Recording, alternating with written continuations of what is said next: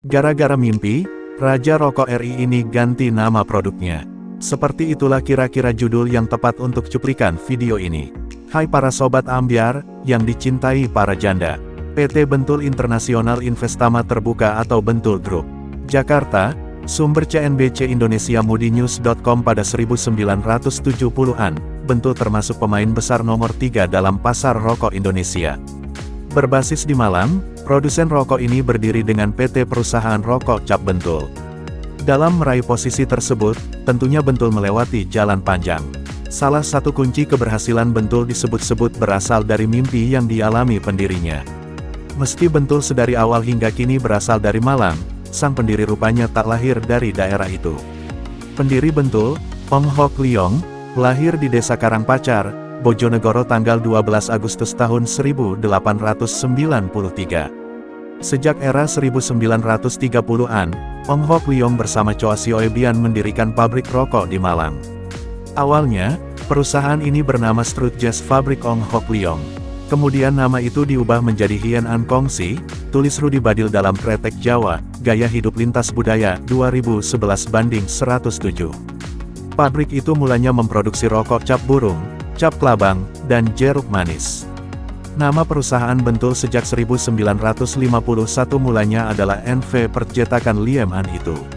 Pada 1954 berubah menjadi PT Perusahaan Rokok Cap Bentul.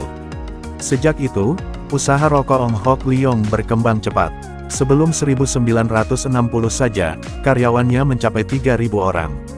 Bentul tak ragu berpromosi. Dalam iklannya, tertulis memang betul merokok cap Bentul. Transformasi nama dari NV Percetakan Liem An menjadi Bentul rupanya melalui cara yang unik. Ini bermula ketika Ong Hock Leong tertidur di dekat makam dan bermimpi melihat ubi talas saat sedang bersiarah. Setelah bangun, dia bertanya kepada juru kunci makam tentang mimpinya dan juru makam berkata bahwa Ong Hock Leong dapat petunjuk dari Mbah Jugo agar mengganti nama pabriknya. Ong Hock Leong memang seorang yang suka bersiarah.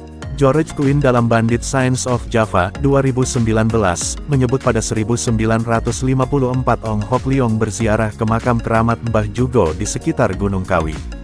Kala itu merek rokok yang dibuatnya dirasa masih kurang laku.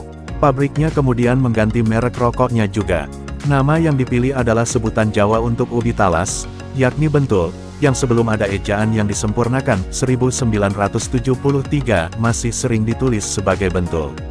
Ketika dia Ong Hock Leong meninggal pada tahun 1967 dia adalah seorang multijutawan dan Bentul telah tumbuh menjadi rokok pribumi terbesar kedua di Indonesia, tulis George Quinn dalam Bandit Science of Java, 2019. Anak-anak Ong Hock Leong lalu menggantikannya. Budi Wijaya Kusumanegara, anak sang pendiri menjadi presiden direktur Bentul.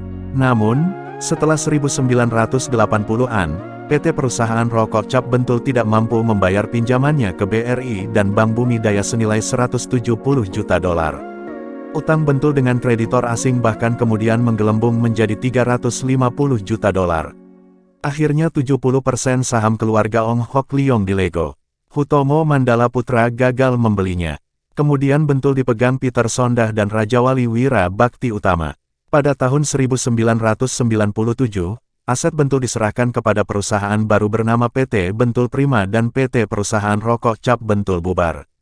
Bentul Prima pada 2000 ganti nama menjadi PT Bentul Internasional Investama Terbuka. Belakangan saham perusahaan itu dipegang oleh British American Tobacco, sebagai pemegang saham 92,48% dan sisa saham lain dipegang oleh masyarakat.